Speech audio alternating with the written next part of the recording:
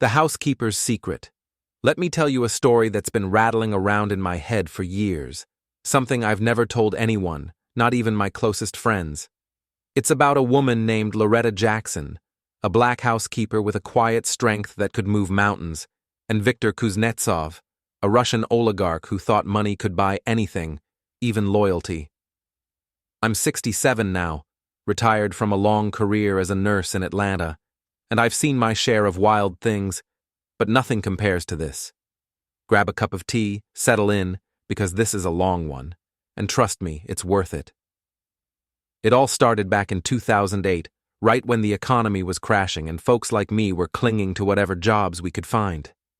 I just moved into a little apartment in Buckhead, Atlanta's ritzy neighborhood, full of old money and new egos. My place was modest, but it was on the edge of a gated estate owned by Viktor Kuznetsov. If you've never heard of him, imagine a guy who made billions in oil and gas after the Soviet Union fell apart, then moved to the States to live like some kind of modern czar. His mansion was ridiculous. White columns, gold-trimmed gates, a fountain that looked like it belonged in Versailles. Word around town was he'd bought it to launder his fortune, but nobody could prove it. I didn't pay much attention to him at first. Rich folks come and go in Buckhead. But then I met Loretta. She was about my age, early 50s back then, with gray streaks in her tight curls and hands that showed every year she'd spent scrubbing floors and raising kids. She worked for Viktor as his head housekeeper, managing a staff of 6 in that sprawling house. We met at the bus stop one morning. She was heading to work. I was heading to the hospital. She had this warm, tired smile, like she'd seen it all but still found a reason to laugh. "Long night?" I asked her that first day, nodding at the dark circles under her eyes. She chuckled, low and rich. "Long life, honey. Night's just the encore." We got to talking after that, every morning at the stop. Loretta wasn't one for gossip, but over time, she let slip little details about life in the Kuznetsov mansion. Viktor was a cold man, sharp blue eyes, a voice like gravel, and a temper that could flare up over a crooked picture frame. He'd bark orders in broken English, expecting everyone to jump. His wife, Anya, was a former model half his age, always draped in furs and diamonds, but she barely spoke to the staff. Then there were the guests, shady men in suits who showed up at odd hours, speaking Russian and carrying briefcases. Loretta said she didn't ask questions. She just kept the house spotless and her mouth shut. But here's the thing about Loretta. She wasn't just some invisible maid. She had this way of noticing everything, every whispered conversation, every late-night meeting. She'd been raised in rural Georgia, one of 8 kids, and she'd learned early how to read a room. Survival skill, she called it. And in that house, she was surviving something big. One morning, maybe 6 months after we started chatting, she looked different. Nervous. Her hands fidgeted with the strap of her purse, and she kept glancing over her shoulder. I asked what was wrong, and she leaned in close, her voice barely above a whisper. "I found something," she said. "In his office." "Whose office?" I pressed, though I already knew. "Viktor's. I wasn't supposed to be in there, but the door was cracked, and I heard him yelling on the phone. Something about a shipment. When he left, I went in to dust, and there it was, under his desk. A ledger. Now, I'm no detective, but I'd watched enough Law and Order to know a ledger could mean trouble." "What kind of ledger?" "Names, dates, numbers," she said. "Millions of dollars. And places, ports, cities. Savannah, Miami, New York. It wasn't no grocery list. I'll tell you that." My heart started pounding just hearing about it. "Loretta, you need to get out of there. That sounds like dirty money," she finished for me. "I know, but I can't just quit. I got 2 grandkids in college, and this job pays triple what I'd make anywhere else. I'm stuck." I wanted to argue, but I got it. At our age, you don't walk away from stability, no matter how risky it gets. Still, I told her to be careful. She nodded, but I could see the gears turning in her head. Loretta wasn't the type to let something like that sit. Weeks went by, and she started acting stranger. She'd show up at the bus stop with a little notebook, scribbling things down, then stuffing it back in her purse. Once, she let me peek, a page full of dates and initials. "Evidence," she muttered. I asked what she was planning, but she just shook her head. Not yet. Then came the day that changed everything. It was a muggy July morning, the kind where the air sticks to your skin. Loretta was late to the bus stop, which wasn't like her. When she finally showed up, she looked like she hadn't slept in days. Her eyes were wide, her voice shaky. "He knows," she said, grabbing my arm. "Viktor knows I saw it." "How?" I asked, my stomach dropping. "I don't know, but last night he called me into his study. Just stood there, staring at me, like he could see right through me. Then he said, 'You're a smart woman, Loretta. Smart women don't make mistakes.' I swear, I thought he was going to fire me, or worse. I didn't know what to say. My nurse brain kicked in, trying to stay calm. Did he threaten you? Not outright. But he didn't have to. Those eyes, Lord, they were ice cold. And this morning I saw one of his guests watching me from a car across the street. I think they're following me." I told her to call the police, but she laughed, a bitter, hollow sound. "And tell him what? That my boss might be a crook? I ain't got proof they'd believe. Just this." She patted her purse, where that notebook was tucked away. That's when I realized Loretta wasn't just scared. She was angry. Years of cleaning up after rich folks, being treated like furniture, had built up inside her. This wasn't just about survival anymore. It was personal. Over the next few days, she started laying out a plan. She'd been piecing things together from that ledger, shipments tied to a shell company called Volga Imports, names of people she'd overheard in the house. She figured if she could get enough evidence, she could take it to the feds. "Whistleblower money," she said with a grim smile. "Enough to get my grandkids through school and me out of this mess." I begged her to reconsider. "You're playing with fire, Loretta. These people don't mess around." "I've been burned before," she shot back. "Ain't nothing new." By then, I was in too deep to walk away. She'd made me her confidant, and I couldn't abandon her, so I started helping, looking up news articles about Viktor, digging into Volga Imports online. Turned out the company was linked to some shady stuff in Florida, but nothing solid. Meanwhile, Loretta kept working at the mansion, acting like everything was normal, even as she copied more pages from the ledger whenever she could. One night, she called me from a payphone. Yes, those still existed back then. Her voice was frantic. "I got it," she said. "A whole file, documents, photos, everything. I'm coming to your place." "Tonight?" I asked, glancing at the clock. It was past 11. "Right now, I can't keep it at my house. They're watching me." Half an hour later, she was at my door, clutching a manila envelope. Her hands trembled as she spread the contents on my kitchen table, photos of cargo ships, invoices with Viktor's signature, a list of bank accounts in the Caymans. It was a gold mine and a death sentence. "We've got him," she whispered, a spark of triumph in her eyes. "We've really got him." But as I stared at those papers, all I could think was, what have we gotten ourselves into? The kitchen light buzzed and flickered above us, casting long shadows across the table where Loretta and I sat, surrounded by the evidence that could either save us or doom us. It was well past midnight, and the air in my little Atlanta apartment was thick with humidity, sneaking in through the cracked window like an uninvited guest. The storm brewing outside seemed to mirror the chaos in my head, thunder rumbling faintly in the distance, a warning of what was coming. My hands, still steady from years of stitching wounds and taking pulses as a nurse, trembled as I sifted through the pile Loretta had brought. Grainy black and white photos of shipping containers being loaded onto a rusty freighter at some unnamed dock. A blurry shot of a man who might have been Viktor shaking hands with a slick-haired guy in a pinstripe suit, and stacks of invoices with numbers that made my head spin. Then there was Loretta's notebook, its pages filled with her precise, slanted handwriting, dates, times, fragments of conversations she'd overheard while dusting Viktor's study or polishing the silver. It was a jigsaw puzzle, and she damn near put every piece in place. I rubbed my eyes, feeling every one of my 51 years. "We can't keep this here, Loretta," I said, my voice rough from lack of sleep. "If they're watching you, they'll come looking.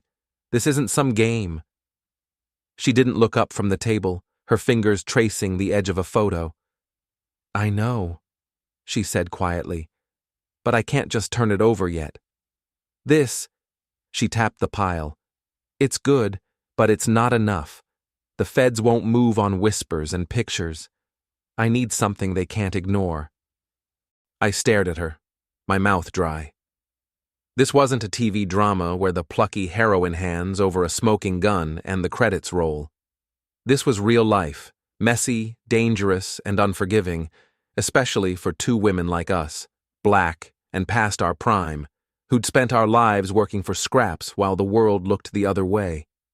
I wanted to grab her by the shoulders and shake some sense into her, tell her we were in over our heads, that Viktor Kuznetsov wasn't just some rich jerk, but a man with blood on his ledger and ice in his veins.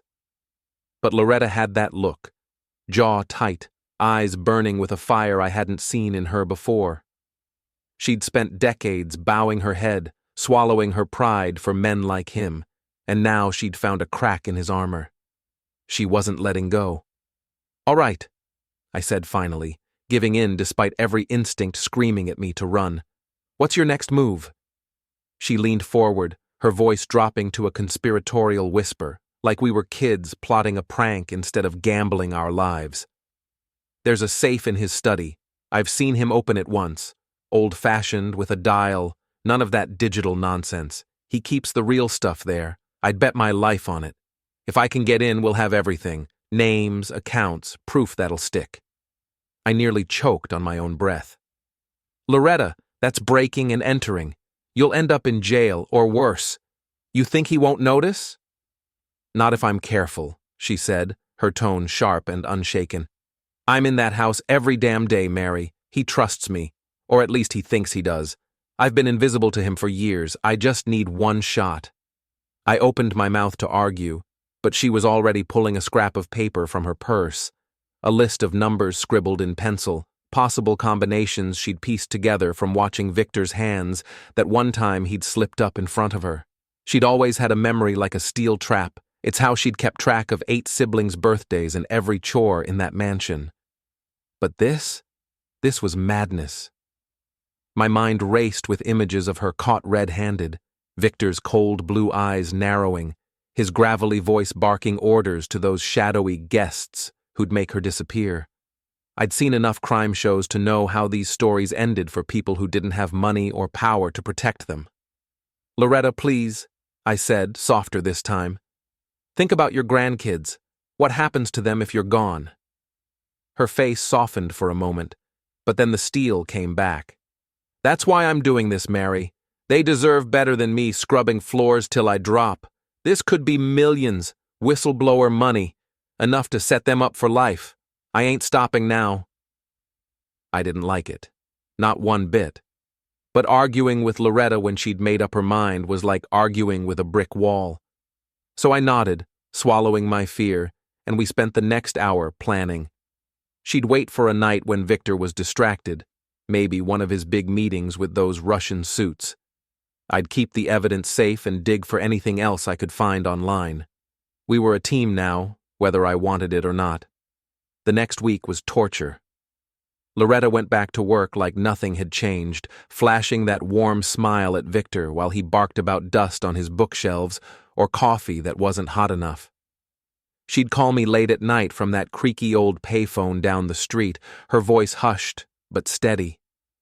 "He's got a meeting tomorrow," she'd say. "Big one. They're all coming. Those guys with the briefcases. I'll try then." I'd plead with her to reconsider, my heart pounding in my chest, but she'd just say, "I'm too close, Mary. Too close." And then the line would go dead, leaving me staring at the ceiling, imagining every horrible thing that could go wrong. During the day, I turned into an amateur sleuth.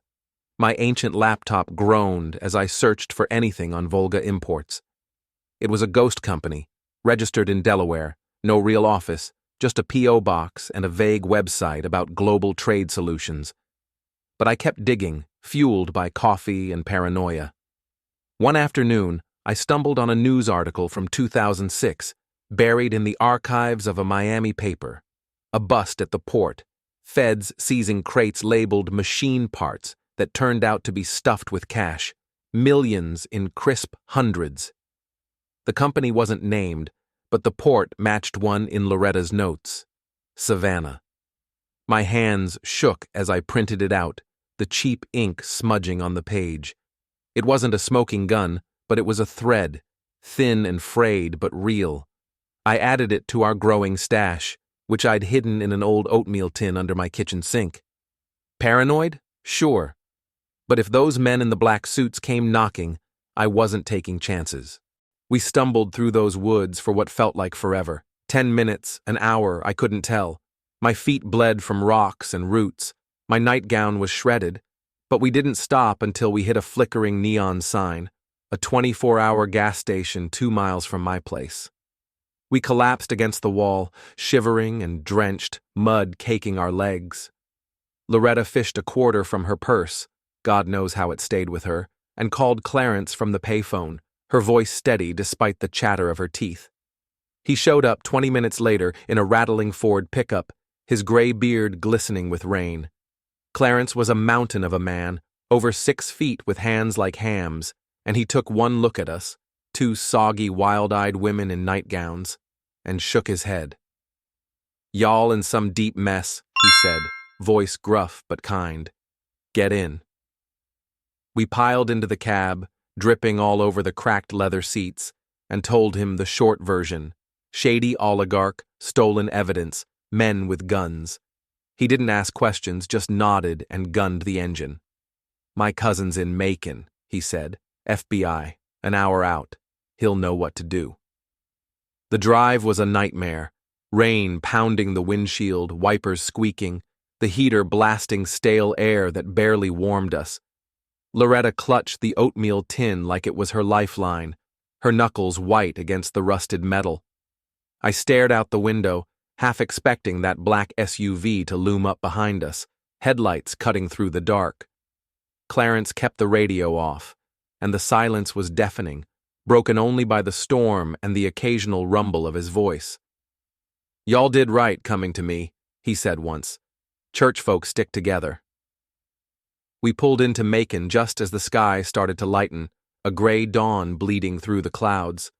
Clarence's cousin, Agent Darnell Brooks, met us at a diner off the highway, a greasy spoon with chipped mugs and a jukebox that hadn't worked since the 80s. Darnell was younger than I'd pictured, maybe 40, with a crisp suit and eyes that missed nothing. We slid into a booth, the vinyl sticking to my wet legs, and handed him the tin.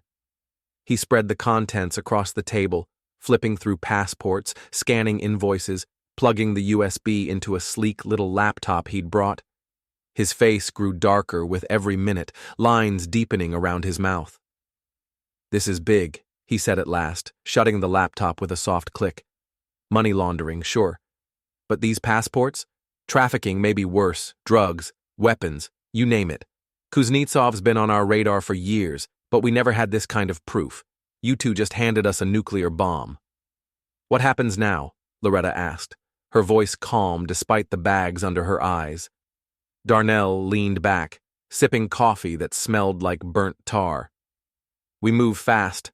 I'll take this up the chain today, get warrants, start raids, but you two? You're in danger. We'll need to put you in protection." "Protection?" I echoed, my stomach twisting. "You mean like witness stuff?" "Exactly," he said. "New names, new place. We'll set you up. You'll be ghosts." I didn't want it. I loved my little apartment, the creaky floors, the way the sun hit the porch in the mornings. I'd built a life in Atlanta, small, but mine.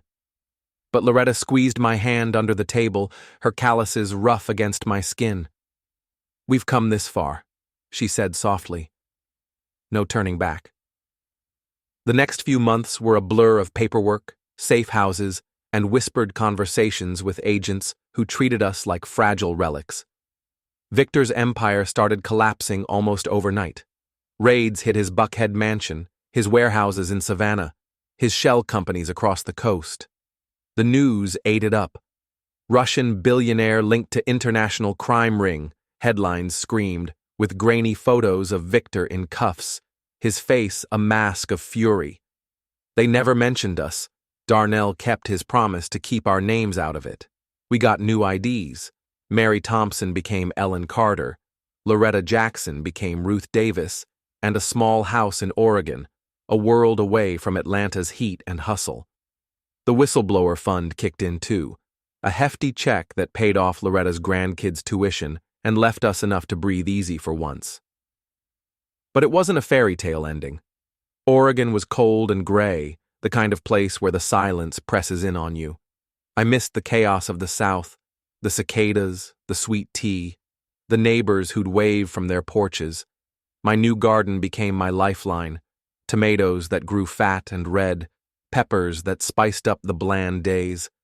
Loretta threw herself into baking, her pies selling out at the local market every weekend. Pecan, sweet potato, apple with a crust so flaky it'd make you weep. We'd sit on our porch some nights, sipping tea and watching the stars, laughing about how we'd outsmarted a billionaire with nothing but grit and a rusty tin. But the fear never fully left us. Loretta changed after that night. She'd check the locks 3-4 times before bed, her eyes scanning the shadows like she expected Viktor's men to step out of them. "They'll find us one day," she'd say, half laughing, half serious, her voice rough from years of shouting over kids and bosses. I'd roll my eyes and call her paranoid, but deep down I wondered too. Every strange car, every unfamiliar face at the market, I'd catch myself holding my breath, waiting for the other shoe to drop. Years rolled by, 5, then 10. We settled into our quiet lives, 2 old ladies in a town that didn't know our story. I turned 67 last fall, my knees creaking more than the porch swing. Loretta's hair went fully gray, but her hands stayed steady, rolling dough like it was second nature. Her grandkids graduated. One's a teacher now, the other's in law school, and she'd beam every time they called, their voices crackling through the phone line. "Worth it," she'd say, hanging up. "Every damn minute." Then, last month, Darnell called. He's retired now, living in Florida, but he keeps tabs on us. "Kuznetsov's dead," he said, his voice crackling over the line. "Heart attack in a Moscow prison. Thought you'd want to know I found Loretta in the kitchen, kneading dough for a peach pie." "He's gone," I said simply. "Viktor. Dead." She paused, her hands still in the flour, and stared at the counter for a long minute. Then she nodded, a small, tight smile tugging at her lips. "Good," she said, her voice steady. "That's good." She went back to kneading, the rhythm unbroken, like she was pressing the last of him out of her life. And that's where the story ends, I suppose. 2 women who took on an oligarch and lived to tell about it, lived to plant gardens and bake pies and watch the sun set over a life we never expected. If you'd told me back in 2008 when I was just a tired nurse at a Buckhead bus stop that I'd end up here, I'd have laughed until I cried. But life's a funny thing. It throws you curves, breaks your plans, and sometimes, just sometimes, gives you a chance to swing back. Loretta's still my best friend, my partner in this wild, impossible crime. Every night, when I lock the door and hear her humming in the kitchen, I think of her standing up to Viktor, 5'2" of pure steel, fearless in a way I'll never be. We're not rich, not famous, but we're free. And for 2 women who spent their lives being invisible, that's more than enough.